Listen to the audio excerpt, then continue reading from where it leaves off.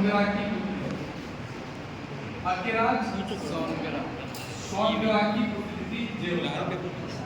वे कहते हैं कि जिस समय उदय सिंह को राज्याभिषेक हुआ तो कई सारे राजपूत राजाओं के मन में शंका थी कि ये सांगा का पुत्र है या नहीं है। एक पन्ना था, झूठ तो नहीं बोल रही। तो अकिराज सोनगरा ने सबसे पहले उदय सिंह के साथ बैठकर क्या किया, भोजन किया।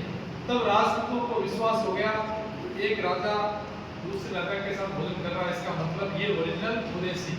और अपनी पुत्री जेवंता बाई का विवाह किसके साथ कर रहा है, उदय सिंह के साथ कर रहा है। लेकिन उदय सिंह के ऊपर किसका प्रभाव ज्यादा था, धीर भाई का प्रभाव ज्यादा था।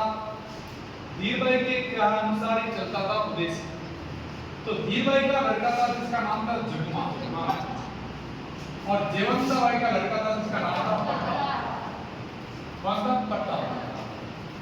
तो धीर भाई के कहने पर उदय सिंह ने अपना उत्तराधिकारी किसे बना दिया, जगमाल को अपना उत्तराधिकारी बना दिया।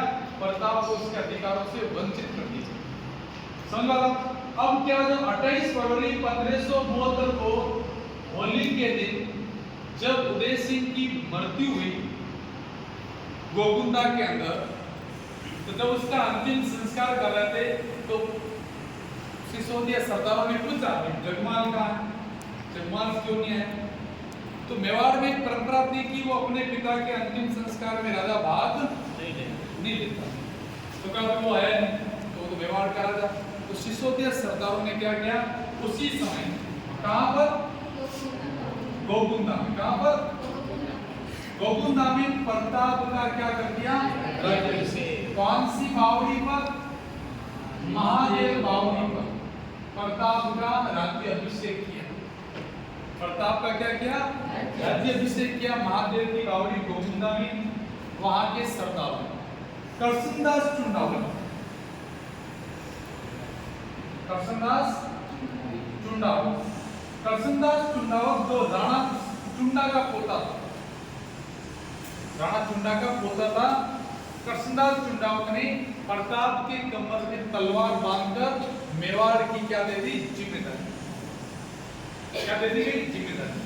अब सारे राजा कहां पहुंचे, कुंभलगढ़ कहां पहुंचे, प्रताप के साथ सारे सरदार कहां पहुंचे, कुंभलगढ़ कहां पहुंचे, कुंभलगढ़। और कुंभलगढ़ पहुंचकर जगमाल को सियासत से हटाया और प्रताप को मेवाड़ के सियासत पर बिठा।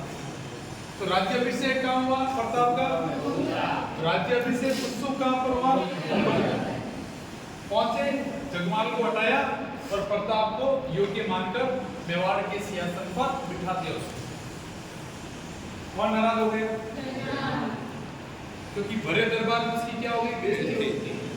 ऐसे नहीं होता है कि क्या हटिए, हाथ पकड़कर हटा देता तो यहाँ पर तो मेवाड़ के महाराणा बैठेंगे, कौन, प्रताप। नाराज जगमाल सीधा किसके पास चला गया, अकबर की शरण में चला गया। अकबर ने जगमाल को जहाजपुर की जागीर दी। कौन सी जागीर दी, जहाजपुर भीलवाड़ा के अंदर आता, कहां था, भीलवाड़ा। वो जहाजपुर की जागीर दी। और 1583 के अंदर एक युद्ध होता है दत्तानी का युद्ध। कौन सा होता है, दत्तानी।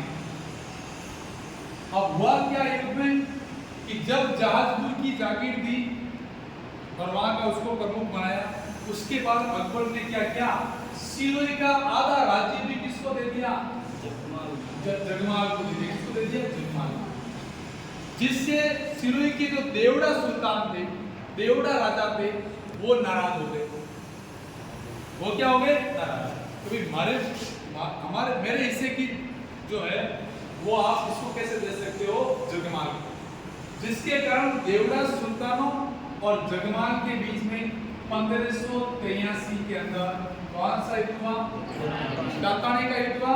और इस दत्तानी के युद्ध में कौन मारा गया, जगमाल मारा गया। जगमाल के भाग्य में राजयोग लिखा हुआ ही नहीं था। जगमाल का चैप्टर हो गया इधर क्लोज। अब पीछे कौन बचा, प्रताप। अब प्रताप की बात, एक बार लिखो, मैं लिखा दूंगी। रहे हैं।